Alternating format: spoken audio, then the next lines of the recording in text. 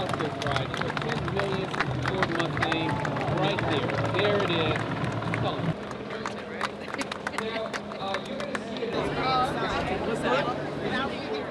I'm a Mustang fan because I grew up with them. My dad had a Mustang every single year. Every single year. It went on for about 10, 15 years, so the first thing I wanted to do when I was able to drive was get a Mustang. First Mustang was a 1994 that was my own, and then later on I bought another one in 2008. Since 1964, we built 10 million Mustangs. Today was the day. So we've had a big celebration. We had 60 cars spell out 10 million, with the 2 commas being the first Mustang, which the Henry Ford let us borrow for the day, and the 10 million. So for me, I haven't ever come across a car that actually has had the first of the 10 millionth in the same place.